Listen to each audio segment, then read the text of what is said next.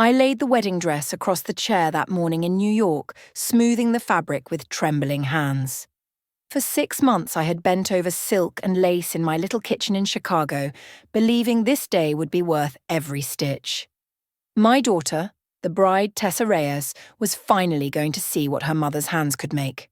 Then her mother-in-law Violet Kent circled the gown, her voice smooth but cool. It has a rustic quality, sweet, but not quite bridal. She said it like an afterthought, as if 6 months of French seams and hand-rolled hems could be filed under quaint.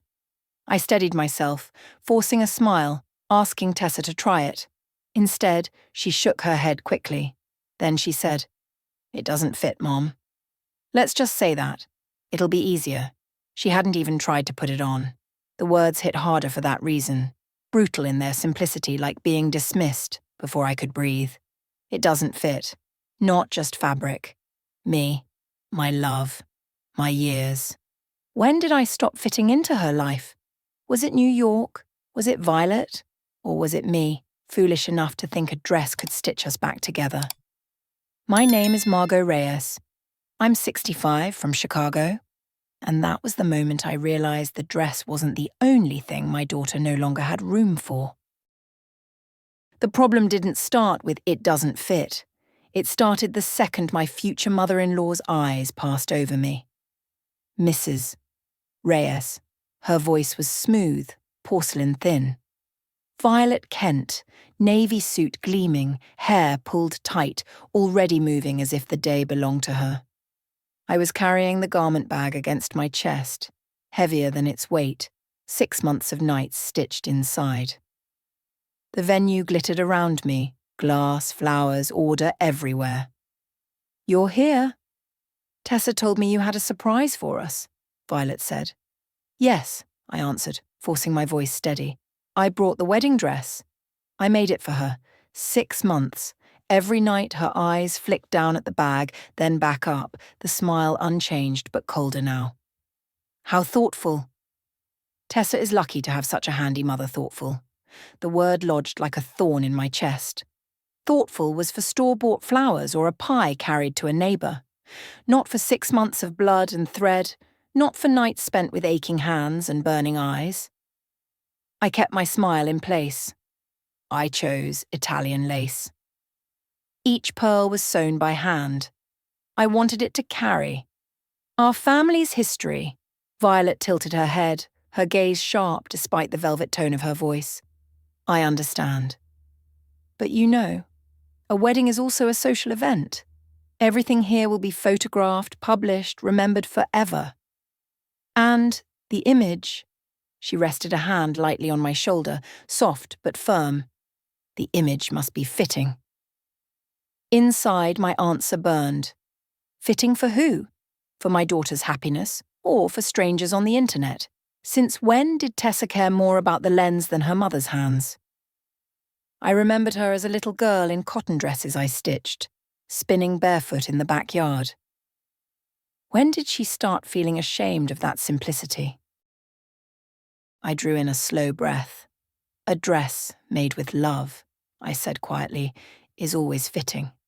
Her eyebrow lifted, her smile widening as if humouring a child. "Love is beautiful, of course, but cameras don't capture love, Mrs. Reyes. They capture appearance, and appearance is what people remember." Silence clamped my throat. I wanted to shove her hand away to tell her love doesn't need a camera to exist, but my calloused hands only gripped the straps tighter. Maybe she was right. My love would never gleam in those polished photos. It lived hidden inside each invisible seam, in places no lens would ever reach. "Well, let Tessa decide," Violet said at last, retreating with that same honeyed smile. "She has a very modern eye." I nodded, though my stomach hollowed. A modern eye. When had that so-called eye replaced the bond we once shared? When had my daughter become a stranger in her own story? I looked around at the flood of flowers and glass, then down at the garment bag heavy in my arms. I told myself, let her decide. But deep down, I knew the decision had already been made, not by Tessa, but by the glittering world Violet represented. From upstairs, my daughter's voice floated down. "Mom, is that you?" I took a deep breath, shifted the weight in my arms, and started up the stairs. Somewhere inside me, I knew this wasn't just about a dress. This was the line between being the silent, sacrificing mother and becoming a woman who might finally have to choose herself. "Mom," Tessa said, catching sight of me. Her voice carried that half-relieved, half-worried tone I'd known since she was a teenager. "You're here," I nodded, stepping forward. "I brought the dress." My voice came softer than I intended, almost reverent. The room quieted as I unzipped the bag. The silk slid out like water pooling in my hands. Pearls caught the light like tiny stars. For a breath there was silence. Then Violet's voice cut through. "Ah, very handmade." She stepped closer, her eyes scanning every seam. "Rustic, almost. Rustic. 6 months of French seams, hand-rolled hems, pearls sewn one by one until my eyes blurred, reduced to rustic. Inside, I felt something curl in on itself." Tessa glanced between me and Violet, her eyes flickering with hesitation. "Mom, it's beautiful. But I think maybe it's not quite right for the venue. Or for the photos." Her words were careful, as though cushioning a blow she still intended to land. I forced myself to breathe. "Try it on, sweetheart. Just once. Let me see you in it." She shook her head quickly, almost panicked. "It doesn't fit, Mom." "Let's just say that. It'll be easier. It doesn't fit." The phrase slid into me like a blade. Not just about fabric and seams, but about me. My love, my years, my sacrifices. I stood there, watching my daughter avert her eyes, remembering every scraped knee I'd bandaged, every dress I'd patched for her school dances, every night I whispered her fears away when her father died. And now 6 months of my heart had become nothing more than an inconvenience to be hidden. I swallowed hard. "Tessa, it does fit. I measured you. I shaped every seam to your body. This isn't about the dress, is it?" She looked away, lips tightening. "Mom, please." "Don't make this harder." My chest burned. "Harder? I spent half a year with bleeding fingers so you could feel your father's love sewn into every stitch. And you call that hard?" "Stop," she hissed, glancing toward Violet and the photographer hovering nearby. Her cheeks flushed, not with shame, but with embarrassment. "You're making a scene." A scene. The word rang in my ears. I stared at my daughter, the girl who once twirled barefoot in cotton dresses I made from scraps, and saw how far she'd drifted. "Do you really think a boutique gown can love you more than I do?" My voice trembled, louder now, drawing eyes in the room. Tessa shook her head, her tone clipped. "It's not about love, Mom. It's about what works. And this," her hand flicked toward the dress in my arms, "doesn't." For a moment, the air itself seemed to recoil. 6 months, reduced to doesn't work. I pressed my lips together, fighting the scream rising in my throat. "One day," I whispered, "you'll realize what you threw away." But Tessa had already turned to Violet, who was smoothing the silk of the Paris gown with the satisfaction of victory. The photographer's flash exploded, capturing the moment my daughter stepped fully into someone else's vision, while mine sagged lifeless in my arms. I stepped into the hallway, the dress pressed against my chest. The door behind me didn't close all the way. I should have kept walking, but Violet's voice slipped out into the quiet, like smoke. "Thank God you came to your senses," she said. "Can you imagine the photographs in that homemade thing?" My breath caught. Then came my daughter's voice, hesitant, then sharper, almost eager to prove herself. "I know. Honestly, it just looked cheap, like one of those handmade gowns you'd see at a craft fair. Sweet, but not right for this wedding." A nervous laugh followed, brittle as glass. And then, the line that broke me.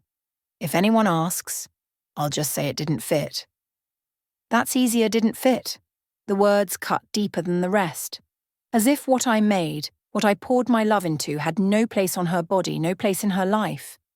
6 months of my hands shaking from exhaustion, pearls stitched until my fingers bled, nights whispering to a photograph of her father that our girl would carry a piece of us into her future.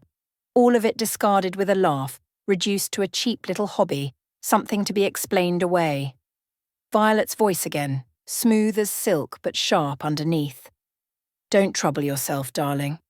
Mothers always mean well, but love doesn't always translate to style. You made the right choice, and Tessa, my own flesh and blood, answered with a sigh. I just didn't want to hurt her feelings. She'll get over it, Violet replied. Mothers always do. I leaned back against the wall, the pearls of the bodice pressing into my palms through the fabric. My throat ached, but no sound came. Inside my head, I wanted to scream, Tessa, when did my love start embarrassing you? When did handmade turn into worthless? You once twirled in my dresses as if they were spun from magic. When did you decide magic wasn't enough? But I stayed silent, standing in the muffled hush of the hallway, holding 6 months of love like a secret no one wanted to claim. The plane landed long after midnight. By the time I reached my little house, the street was quiet, windows dark, only the buzz of a lonely street lamp humming above me. I carried the garment bag inside as if it were a wounded body. The kitchen smelled faintly of detergent and old wood. I cleared the table and laid the dress out flat. Under the bare bulb, every stitch glared back at me. Tiny ridges, uneven here and there where my eyes had blurred with exhaustion. The pearls, so carefully knotted, gleamed like tears frozen in place. I sat down in the chair opposite it, my hands folded in my lap. For a long time, I just stared. And then I saw him. Not in flesh, but in memory, my husband, leaning against the doorway, grinning the way he used to after a long shift. He had said once with that quiet certainty I always trusted. One day she'll understand everything you do. The words echoed in my head now, heavy, bitter. I almost laughed. No, I whispered to the empty room. She won't. She doesn't want to, and I can't keep waiting for her to look at me and finally see. My throat tightened, but no tears came. Maybe I had already cried them all out, threading each one into this dress. I touched the hem, tracing the uneven line of stitching. All that love, all that history. And for what? For laughter behind a half-closed door, for cheap, for handmade. Not good enough. The thought came uninvited, sharp.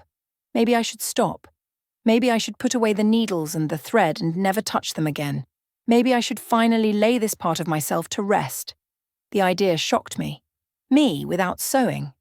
It felt like imagining the sky without its stars. But another voice rose inside, firm, tired. What's the point, Margot? If the one person you made it for could throw it aside, what are you still clinging to? I leaned back in the chair, the silence of the house pressing in. Between grief and resignation, a fragile truth flickered. I wasn't just mourning a dress. I was mourning the part of me that had lived only for my daughter's approval. And, for the first time, the thought of letting that part die didn't feel like surrender. It felt like relief. I blew out a long breath, the kind that seemed to carry years with it, and whispered into the stillness. Maybe it's time. It was 2 days after the wedding when the knock came. I almost didn't answer. It was early afternoon. I was still in my robe, and the dress lay untouched on the dining table like an accusation. But the knocking was steady, not hurried, not aggressive. Curious, almost patient.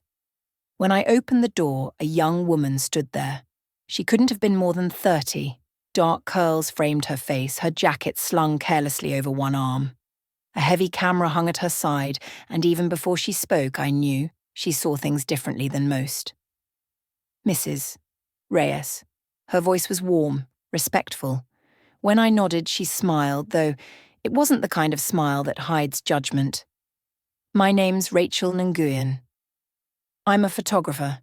I was at the wedding in New York. Tessa's wedding. At the mention of it, something inside me bristled, but Rachel's eyes softened, as if she sensed it. I saw your dress at the airport. she continued. Security had you open the bag. I don't know if you remember me, but I couldn't stop looking. It wasn't just a dress, it was art. And it stayed with me. Her words pressed against the sorest part of me. For a moment I wanted to push her away, to tell her she didn't know what she was talking about, but she kept going, her voice steady. I came because I think this dress deserves to be seen. Not hidden in a bag, not dismissed. Seen, I stepped back, unsure, and gestured her inside. She walked to the table where the dress lay and touched the fabric as though it were glass, not daring to wrinkle it. I've been working on a series, she said softly. I call it Unseen Hands, photographing the work of women whose craft, whose art, gets overlooked. Especially women older than me, women who built worlds with their fingers but never got credit for it. When I saw this, I knew it belonged in the series. I stared at her, at the sincerity in her face. Something in my chest quivered, torn between shame and the faintest lift of pride. Rachel lifted her camera slightly, almost a question. May I? I nodded before I could stop myself. The click of her shutter filled the house, sharp and deliberate. She circled the table, crouched, angled, shot close to the pearls, then wide to capture the whole expanse. When she was done, she lowered the camera and met my eyes. I'm going to write about this, she said. Not just the dress, but you. People need to know love can look like this. Threaded, stitched, hidden in plain sight, I wanted to argue, to tell her no one would care. But her conviction was stronger than my doubt. That night, Rachel posted her work. She titled it, The Beautiful Wedding Dress You Didn't See. It wasn't a review, not even journalism. It was a letter, an open letter to women like me. She wrote about a mother who stitched 6 months of her life into silk, only to have it cast aside. She wrote about how craft gets mistaken for cheapness, how love is invisible in photographs, and how sometimes the most important art is the kind no one asks for. The photos glowed on the screen, close-ups of the hand-stitched lace, the uneven pearls that caught the light like tiny stars. Within hours, comments flooded in. Women over 50, women who had once sewn clothes for their children, women who had been told their work was homemade, not professional. They shared stories of quilts folded away, of dresses never worn, of hands forgotten. By morning, Rachel's piece had spread across the crafting community, shared by artists, fashion bloggers, and even feminist collectives. They didn't see a failed wedding dress. They saw endurance. They saw beauty. They saw me. The first letter came in a plain white envelope, the handwriting shaky, the ink faded. It was from Idaho. Inside, a woman wrote, I stopped sewing after my daughter called my clothes old-fashioned, but when I saw your dress, I felt proud again, like maybe what we make still matters. Then another letter, from Ohio, from Texas, from Maine. Stories spilled onto paper, women with hands rough from years of cooking, cleaning, stitching hems late at night. Women who had stood in department stores tugging at zippers that wouldn't close, sleeves that pinched their arms, dresses cut for bodies they no longer had. Each letter said the same thing in its own way. You reminded me I'm not invisible. I sat at my kitchen table, the dress spread out before me, those letters scattered like fabric scraps. My tears blurred the words, but behind them, old voices replayed like a needle stuck in a groove. Violet's smooth dismissal. Mothers mean well, but love doesn't always translate to style. Tessa's nervous laugh. If anyone asks, I'll just say it didn't fit. Even the TSA officer's bored command at the airport, Mom, open the bag. As if the most sacred thing I'd made could be reduced to a piece of luggage. For weeks, I believed them all. I told myself the dress was proof of my failure. Too homemade, too cheap, too much of me. I nearly packed away my sewing kit for good. But then these women, strangers who owed me nothing, wrote to tell me my stitches had given them back a piece of dignity they'd lost. To them, what my daughter saw as embarrassing was survival, memory, and skill. To them, my dress wasn't a mistake. It was a mirror. Not long after, an email arrived from a craft fair committee in Milwaukee. We believe your work represents what fashion too often forgets: intimacy, story, age. Will you let us exhibit it? I stared at the screen, my fingers hovering. Once I would have asked myself, what will Tessa think if I say yes? Will she finally be proud? But I didn't ask that this time. I thought of the women who wrote to me, of all the dresses folded in boxes, all the hands gone still out of shame, and I clicked yes. At the fair, I stood beside the dress watching women lean in close, their fingertips brushing the seams, their eyes lighting up with recognition. That's when a woman in her 60s approached, silver hair, laugh lines carved deep, a spark in her eyes. "My name's Eleanor," she said. "I'm getting remarried this spring, and I don't want a boutique gown made for 20-year-olds. I want something made for me. Will you design it?" The words caught in my throat. For years I sewed only to please my daughter. I made myself small, waiting for approval that never came. And here was a stranger asking me, not to fit into her world, but to create one just for her. I swallowed hard. "Yes," I whispered. "I will." That night, I pulled out my sewing kit. My hands trembled, but when the needle pierced silk, something inside me steadied. I wasn't seeking to be forgiven. I wasn't sewing to prove my worth to a daughter who had already turned away. I was sewing because this was my voice, my thread, my way of saying, I am here, and I will not be invisible. The first letter came in a plain white envelope, the handwriting shaky, the ink faded. It was from Idaho. Inside, a woman wrote, "I stopped sewing after my daughter called my clothes old-fashioned. But when I saw your dress, I felt proud again. Like maybe what we make still matters." Then another letter. From Ohio, from Texas, from Maine. Stories spilled onto paper, women with hands rough from years of cooking, cleaning, stitching hems late at night. Women who had stood in department stores tugging at zippers that wouldn't close, sleeves that pinched their arms, dresses cut for bodies they no longer had. Each letter said the same thing in its own way. You reminded me I'm not invisible. I sat at my kitchen table, the dress spread out before me, those letters scattered like fabric scraps. My tears blurred the words, but behind them, old voices replayed like a needle stuck in a groove. Violet's smooth dismissal.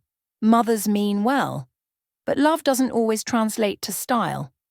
Tessa's nervous laugh. If anyone asks, I'll just say it didn't fit. Even the TSA officer's board command at the airport. "Ma'am, open the bag." For weeks, I believed them all. I told myself the dress was proof of my failure. Too homemade, too cheap, too much of me. I nearly packed away my sewing kit for good. But then these women, strangers who owed me nothing, wrote to tell me my stitches had given them back a piece of dignity they'd lost. To them, what my daughter saw as embarrassing was survival, memory, and skill. To them, my dress wasn't a mistake. It was a mirror. Not long after, an email arrived from a craft fair committee in Milwaukee. We believe your work represents what fashion too often forgets: intimacy, story, age. Will you let us exhibit it? I stared at the screen, my fingers hovering. Once I would have asked myself, what will Tessa think if I say yes? Will she finally be proud? But I didn't ask that this time.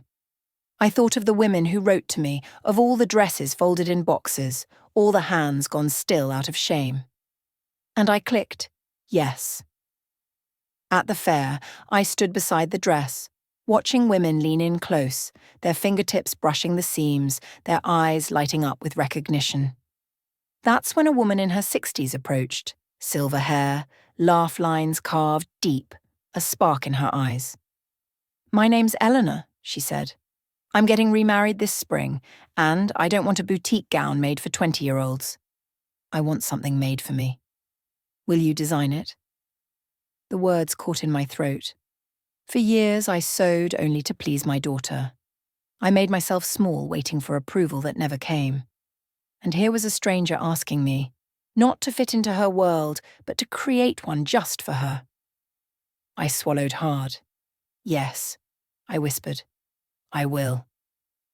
That night, I pulled out my sewing kit. My hands trembled, but when the needle pierced silk, something inside me steadied. I wasn't seeking to be forgiven. I wasn't sewing to prove my worth to a daughter who had already turned away. I was sewing because this was my voice, my thread, my way of saying, I am here, and I will not be invisible. Rachel kept visiting, her camera slung casually as always. One evening, she sat across from me and said, Margot, this can be bigger than one dress. You can give women what the industry never has. Clothes made for their age, their lives, their stories. Let's start something together. She pulled out sketches, ideas, a name scribbled across the top, the second stitch. A studio, she said, her voice glowing. A space where women over 50 can come, not to hide in ill-fitting clothes, but to be seen. Every gown measured, every seam stitched for them, not for some idealized version of youth. You'll be the heart. I'll tell the story I looked down at the fabric in my lap. For so long, I thought my worth ended when my daughter closed the door on me. But now, here was a new door, one I hadn't dared to imagine. I smiled, slow but sure, and nodded. The second stitch, I repeated, tasting the words.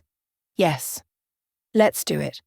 The needle slid through silk again that night, but the sound was different. It wasn't duty, it wasn't desperation. It was the steady rhythm of a woman sewing herself back to life. It was late afternoon when the bell above the studio door chimed. I was bent over Eleanor, pins between my lips, adjusting the hem of her second wedding gown. When I looked up, my daughter stood in the doorway. Tessa. For a moment I thought I'd imagined her polished, immaculate as always, but her eyes restless. She carried flowers in one arm, the kind you order when you don't know what else to bring. Mom, her voice faltered, soft. I've been trying to reach you. I set the pins aside and straightened, forcing my hands to be steady. Eleanor glanced between us, then excused herself kindly, whispering she'd wait in the back. The door closed, leaving only the two of us. Tessa placed the bouquet on a table, awkward among the spools of thread and fabric swatches. She looked around, her brows rising. I didn't think it was real, she said, almost to herself. The article, the photos. I didn't think you'd go this far. From just one dress, I let the silence sit. She shifted under it, just like she used to when she was a child caught lying. Finally, she blurted, I'm sorry. For what I said, for how I acted. It was my wedding. I was overwhelmed. I didn't mean to hurt you. Her words pricked, but they didn't break me the way they might have before. I had stitched myself back together too many times since then. I answered carefully, my voice calm. Tessa, I'm not angry. Her eyes flickered with relief too quickly. I continued, firmer now. But I won't go back to being the mother who stands outside the door, waiting to be let in. I won't, she blinked, startled. I wanted things perfect, you know, Violet said. I raised a hand. Don't bring her into this. This isn't about Violet, this is about us. Her jaw tightened. She looked younger then, defensive, like the little girl who used to stamp her feet when I wouldn't let her eat candy before dinner. You don't understand. No, I cut in, my voice sharper. You don't need to make me understand. What I need is respect. That's all. If you want to step into my life again, you will do it gently. No excuses, no dismissals. Respect, or nothing. The words hung heavy in the room. For once, Tessa didn't fire back. She stood very still, her face shifting between pride and something else, something like recognition. Finally, she said, her voice quiet, I didn't realize you had your own life. Without me, I almost smiled, not with bitterness, but with a strange, tender freedom. I've always had it, darling. You just never looked closely enough. She lowered her gaze, and for the first time in years, I felt the balance between us change. The hall was small, sunlit, nothing like the marble glare of Tessa's venue. Eleanor stood in front of the mirror, silver hair pinned back, the gown I'd made draped over her shoulders. She twirled once, laughing, a woman in love for the second time in her life. Around us, the air smelled of lavender and fresh bread from the church kitchen. No chandeliers, no curated perfection, only warmth, only faces that mattered. I stood by the doorway, my hands resting on the frame, and for the first time I didn't ache for anyone's approval. The dress fit her. That was enough. In the back row, I caught a glimpse of Tessa. She had come unannounced, standing half-hidden, watching. Her face was unreadable, pride maybe, or regret. Besides, her mother-in-law, Violet Kent, shifted uncomfortably in her tailored suit, as though the wooden pews and the scent of bread were foreign territory. She kept her smile tight, brittle, like porcelain in a place too warm for it. The applause swelled as Eleanor stepped forward, her husband's hand reaching for hers. I pressed the fabric at my fingertips, feeling the seams, the strength in every stitch. For so long I thought I was sewing to hold my daughter close. But here, in this room of strangers and friends, I understood. I wasn't sewing for her anymore. I was sewing for myself. Thread by thread, stitch by stitch, until I was whole again.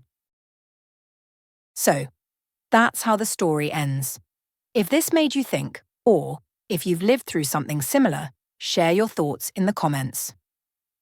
Our channel is a space for sharing tales of the elderly and family revenge stories from people who have weathered life's storms. Subscribe to the channel for more, because sometimes the deepest form of revenge is simply living on your own terms.